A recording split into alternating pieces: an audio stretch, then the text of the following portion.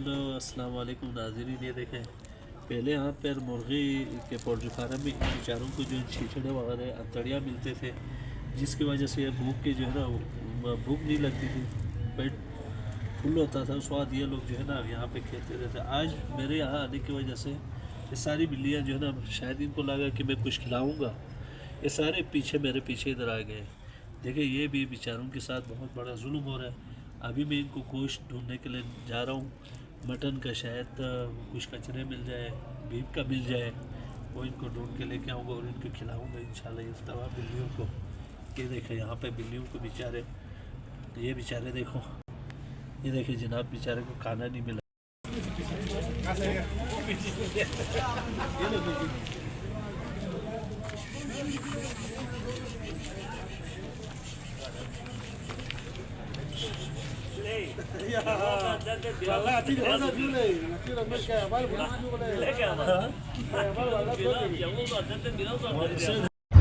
ناظرین السلام علیکم۔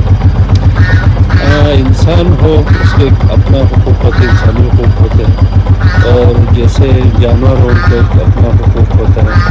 تو جو حالیہ دنوں میں مرغی والے جو دیگر اور سیل ڈیلرز وغیرہ، انہوں نے ہڑتال کرنے کی وجہ سے کافی جو ہے نا بلیاں جو ہے اس وقت بھوکی ہے۔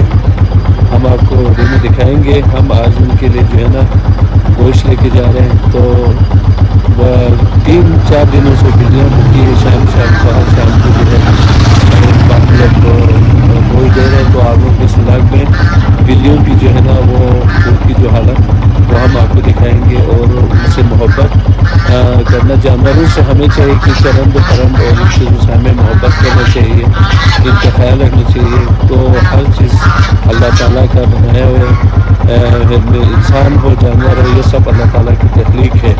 تو ہمیں ان سب کا جو ہے خیال رکھنا، ہم سب پہ فرض ہے۔ یہ صرف میرا نہیں، کوئی بھی اگر آپ کے محلے میں بلی یا کتا، کوئی بکری یا کوئی اس طرح کی بھی چیز آپ کو بھوکے نظر آئے، ان کو آپ کچھ کھلا دیا کرے، یہ بھی ایک صدقہ ہے۔ تو لے چلتے آپ لوگوں کو اس بلاگ میں، تو ساتھ رہے گا۔ سلام جی ہے بیاؤں مارکیٹ میں پورا بیاؤں والا گاما سے ہڑتال بسیت جائز مطالبات کری تو بلا گاما خستوں کھڑے بولتے لگے گاما تو بھی بلا وشا کرو او شخص بلا لا رہا سیدھے ہو رہا تھا